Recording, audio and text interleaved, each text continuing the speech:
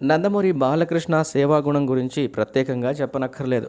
తన అభిమానులకు, పేదవారికి ఎలాంటి ఆపద వచ్చినా బాలయ్య ముందుంటారు.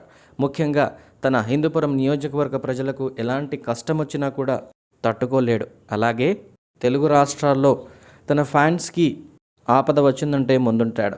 ఇప్పటికే హైదరాబాద్లో తన తల్లి పేరిట బసవతారకం క్యాన్సర్ ఆసుపత్రిని స్థాపించి ఎంతోమందికి నిరుపేదలకి ఉచితంగా వైద్యం అందిస్తున్నాడు. అలాంటి బాలయ్య ఇప్పుడు మరో మంచి కార్యం చేపట్టేందుకు ముందడుగు వేసినట్లు తెలుస్తోంది. తాజా సమాచారం ప్రకారం అనాథ పిల్లల కోసం బాలకృష్ణ ఏకంగా 10 కోట్లు ఖర్చు చేసి ఓ అనాథ ఆశ్రమాన్ని కట్టిస్తున్నారట.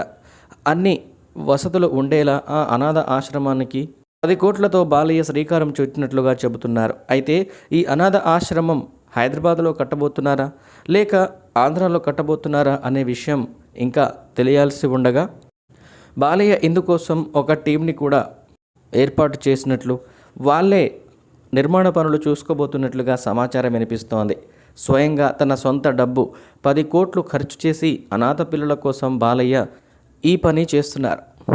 అయితే ఈ విషయం కాస్త సన్నిహిత వర్గాల ద్వారా బయటికి రావడంతో సోషల్ మీడియా అంతటా ఈ న్యూస్ వైరల్గా మారింది. దీంతో బాలయ్యపై సోషల్ మీడియా వేదికగా ప్రశంసల వర్షం కురుస్తోంది. బాలయ్య ఇలాంటి మంచి పనులు మరెన్నో చేయాలంటూ ఫ్యాన్స్తో పాటు నెటిజన్స్ కోరుకుంటున్నారు. పలువురు సినీ ప్రముఖులు కూడా ఈ విషయం తెలిసి బాలయ్య మంచి మనసుకు ఫిదా అయిపోతున్నారు.